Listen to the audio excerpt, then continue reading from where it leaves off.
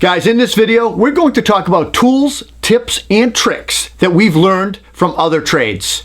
About a week ago, the Toolbox Buzz crew got together here in the shop with Chris Ermides. Chris is the editor of Pro to Pro at This Old House. And we invited him here to the shop and we talked about all kinds of things for over an hour. We did a live Instagram, Facebook feed. And what I've done is I've taken that hour-long conversation, I broke it down into a couple of shorter videos. I hope you enjoy it. Let's get started. Yeah, it's exciting. It's exciting. So, what are we doing today? What are we talking about? Tips? Yeah, so we talked about maybe getting together and talking about doing like a little Facebook Live video on tools and tricks and things that we may have picked up along the way, right. Specifically maybe that we learned from other trades. Mm-hmm. So one of the things, I'll start off, one of the things that I picked up, my brother's a plumber, master plumber here in the Boston area. And, you know, I will always have him come and do my disconnects for me when I'm doing a bathroom remodeling, kitchen remodeling. But sometimes it's just not convenient. Mm-hmm. Or he's not available and we want to move. You know how it is. You want to do it now. I want that vanity gone now. So sometimes, that's my personality.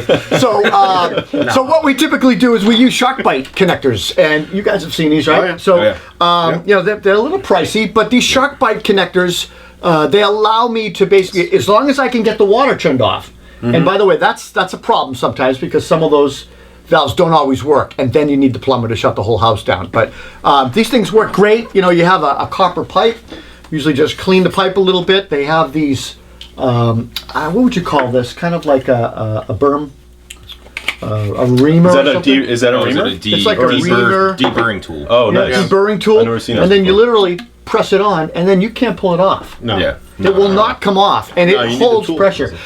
Personally, I wouldn't do this. I wouldn't use these connections. See, you can't pull it off. I wouldn't personally use these and bury them in the wall. Go ahead, try it. Seriously, try it. So, but I do use them for temporary stuff, and then it gives you this little U-shape. That's cool. Thing where you haven't done it in a while, but you just push up on it, and then this should come off. So you can reuse them. You can reuse them. Oh, yeah. That's cool. Right. So it's perfect for. That's perfect for shutting off. It just buys me time, yeah, and then he'll come and he'll do his plumbing. We might even put our vanity back, a new vanity back in after everything's done, and then he'll repipe everything. Yeah. Do you have any experience with it? I actually keep one in my truck for emergencies in case a pipe gets, you know, a screw in it or something like that. I keep a couple of them, like a 3/4 and a 1/2 inch, just in case, you know. I got the 3/4. That's why this won't come off. So they're not. It looks like it's multiple sizes, but it's not. It's not. No, this says 3/4, so I grabbed the wrong one. I have a kit. Speaking of kits, let's segue right into that because all this stuff is kept in a kit. And Chris, I don't know if you can grab that. Is this the DeWalt? Yeah. So it's funny. We've all had these discussions, and this particular kit is my plumbing kit, and it's just I don't know. It's a DeWalt. Is this T-Stack, guys? Yes. Just like the T-Stack kit? Yep. So this is just a T-Stack kit, and I've got, you know, different connections. There's different Sharkbites in here. And I use this for working out of my trade. So when I'm doing small little things out of my trade, I'll go to this kit. I am not a plumber, and I don't pretend to be, ever. And I don't want to be.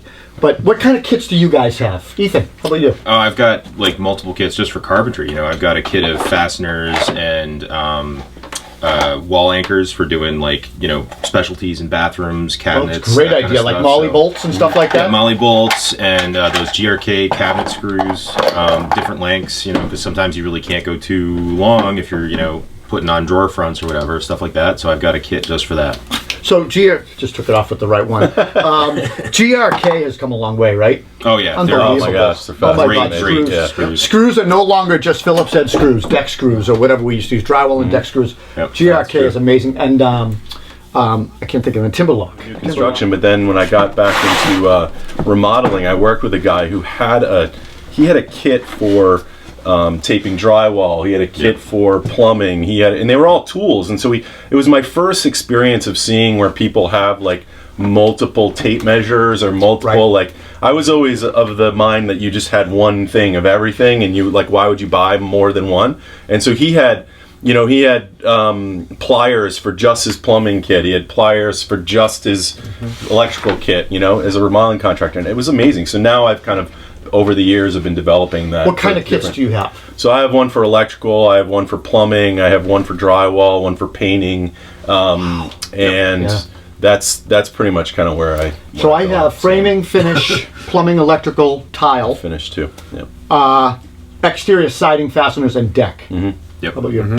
I have all the same you guys mentioned. For decking, I use things like that because you have all the different these color guys, screws with the plugs, a lot of Cortex. And then all the same, the painting is just a bucket with brushes and things like that I can just grab that and go do a quick paint? No. But if I have to do prime, no. That's one thing I refuse to do. I won't even paint my own house. I'll paint at my house. No, I won't even do that. But no, all the same kits, and it just makes it easier. If I'm doing drywall that day, a quick little patch or hanging board. I actually enjoy hanging board, so I'll do that, and then have the plasters come in and do the veneer plaster like you just posted. And yeah, it's just fun. Just grabbing that kit, you just grab and go. I mean, kits are similar to tool storage, right? Because tool storage has made it possible to make kits. Yeah, Yeah, exactly. makes So it real easy. Ethan is like the king of kits. So Ethan, give us an example of some of your unique kits, because we covered the Kits. basics. All right, let's see. Unique kits. Well, I got the mounting kit. I've got the drywall kit, the painting kit. I've got the taping kit for drywall. I've got plumbing kit, electrical kit. What else do I have? I know you got a sanding wacky kit. You have a sanding kit? I have a sanding kit now. Yeah, because you turned me on to cabinet scrapers, man.